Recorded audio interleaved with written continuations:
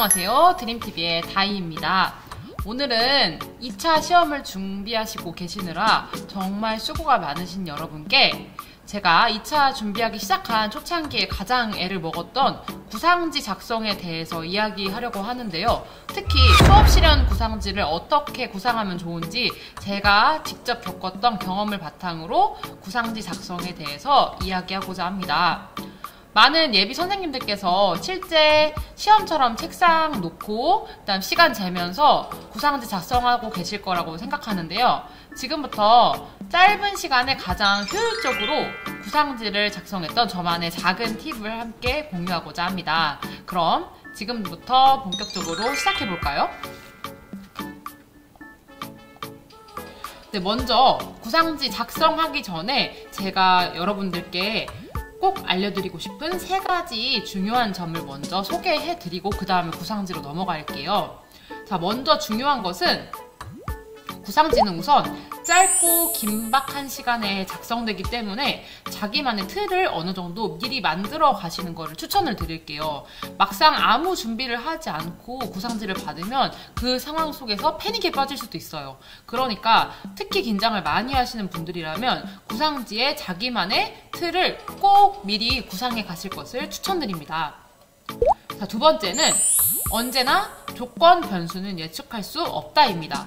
저희가 지금 이미 올렸던 수업 실현이나 아니면 심층 면접의 기존의 영상에서 저희가 했던 얘기와 일맥상통하는데요. 언제나 조건과 변수는 매번 바뀝니다. 그러니까 너무 빡빡하지 않게 유연하게 틀을 만드는 것을 추천드립니다. 자, 마지막으로 3번째는 구상지에는 시험 전에 꼭 기억해야 될 내용만 간단하게 적어야 된다고 저는 생각하는데요. 이건 저의 개인적인 의견인데 너무 구상지에 많은 것들을 적다 보면 오히려 정보가 너무 많아져서 짧은 시간에 더 큰 압박감을 느낄 수 있을 거라고 생각해요. 그래서 저는 5분 전에 조건과 학습 목표, 활동명 이 3개만 완벽하게 외우고 시험장에 들어가자는 마음으로 시험 전에 꼭 기억해야 될 내용만 간단하게 적었습니다.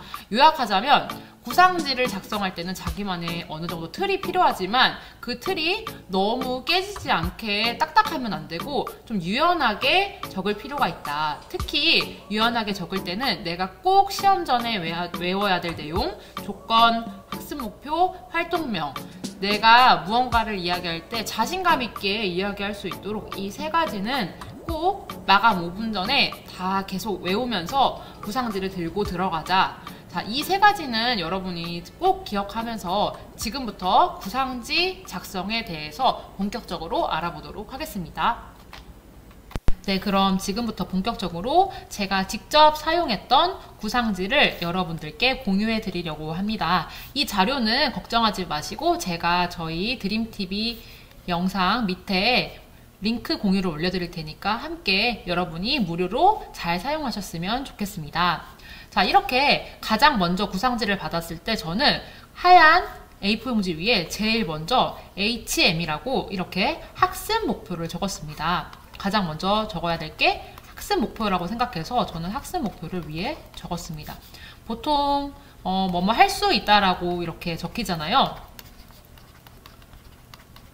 보통 수업의 의도를 소개하거나 지역마다 다르겠지만 학습 목표를 어느 지역에서도 경시할 수 없을 것이라고 생각해요. 그러니까 여러분들 모두 학습 목표를 가장 위에 적고 이번 차시에 내가 해야 될 학습 목표는 이거구나. 난 지금 이거를 달성해야 하는구나. 꼭 머릿속에 암기하고 한 3번 정도 한 번 적고 머릿속으로 3번 정도 저는 계속 기억하려고 했던 것 같아요. 자, 이렇게 학습 목표는 무조건 가장 먼저 적기를 권고드립니다. 자, 그 다음에 저는 도입 전개 부분만 우선 구상지에 미리 항상 이렇게 연습을 했는데요. 특히 도입에서 전시학습 상기는 어떻게 할 건지, 동기유발 어떻게 할 건지, 학습 문제 안내는 어떻게 할 건지 이렇게 간단하게 적었던 것 같습니다. 근데 이 부분들은 사실 제가 구상지를 적을 때는 비중이 조금 줄였어요. 왜냐면 구상지를 적는 시간은 아까도 말씀드렸듯이 엄청 짧은 시간이기 때문에 이것들을 다 자세하게 적기는 힘들었고 그동안의 연습을 통해서 쌓아왔던 내공을 그냥 믿고 맡기자 하는 마음으로 이 부분은 많이 줄였던 것 같습니다. 자, 그 다음에 전개 부분에서 저는 유독 많이 적었던 것 같은데요. 특히 활동명은 그때그때 다르기 때문에 저는 활동명을 활동 1, 2, 3 명확히 알고 우리 심사위원들께 전달하는 게 중요할 거라고 생각을 했어요. 그래서 활동은 학습 목표를 생각하면서 그때그때 짜기를 추천드립니다. 특히 이때 활동명까지 외워주면 금상첨화겠죠. 제가 직접 겪었던 일인데 저는 보통 활동을 2가지만 했었어요. 그런데 시험에서 보니까 학습 목표를 달성하기 위해서는 도저히 활동 2개로는 마무리되지 않았던 거예요. 그래서 저는 과감하게 활동을 하나 더 늘렸습니다. 활동을 하나 더 늘렸어야 이게 학습 목표를 달성할 수 있다고 느꼈기 때문에 저는 기존에 했던 방식을 뛰어넘어서 활동을 3개로 바꾸는 결심을 했고요. 다행히 그 학습 목표를 달성하는 데는 정말 활동 3개는 필요했기 때문에 제가 올바른 선택을 했다고 지금도 생각을 하고 있습니다. 그렇기 때문에 활동은 학습 목표를 생각하면서 그때그때 짜기를 추천드립니다. 자, 이렇게 활동명을 제작한 후에는 어떻게 할지, 개인으로 할지 모둠으로 할지 짝활동을 할지 이렇게 형태를 하나씩 적어주었습니다. 이걸 적은 이유는 활동 안내를 할 때 어떤 누구끼리 해야 되는 활동인지, 개인 활동인지 모둠 활동인지, 모둠 활동이라면 여러분 모둠송을 부르거나 모둠 규칙을 상기시키곤 하잖아요. 그래서 이 형태를 분명히 알아야 활동 안내할 때 보다 조직적이고 체계적으로 안내할 수 있다고 생각했기 때문에 저는 형태도 옆에 꼭 적어주었습니다. 활동 안내는 아까 여기서와 같이 기존에 연습했던 것을 바탕으로 거기서 풀어냈고, 마지막으로 정말 중요한 부분이 바로 조건아동 부분이에요. 조건아동은 시험에서 매번 달라지기 때문에 청각장애 학생을 지도한다든지 아니면 ADHD 학생을 지도한다든지 여러 가지 사례가 있는데 그 사례를 연습하는 거는 그동안의 과정을 통해서 연습을 한 거고, 실제 구상지를 작성할 때는 별표 치면서 계속 외웠습니다. 활동 1에서는 꼭 조건아동 지도해야지, 그리고 활동 2에서는 또 다시 개선된 모습을 보여줘야지, 이런 식으로 조건아동을 별표 치면서 계속 외우곤 했습니다.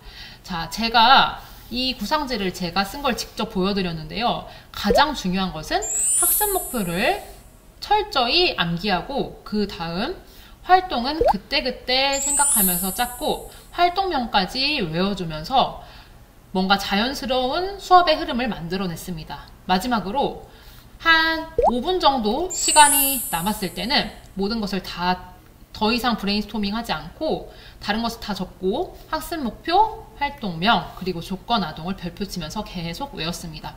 오늘은 이렇게 구상지 작성에 대해서 알아봤는데요. 제가 작성한 것이 정말 정답이라고는 할 수 없을 것 같아요. 하지만 저의 사례를 통해서 여러분께 꼭 많은 도움이 됐으면 좋겠다는 생각을 했습니다. 네, 전국에 계신 많은 예비 선생님들 모두 화이팅 하시기를 바라면서 저는 다음에 돌아오도록 하겠습니다.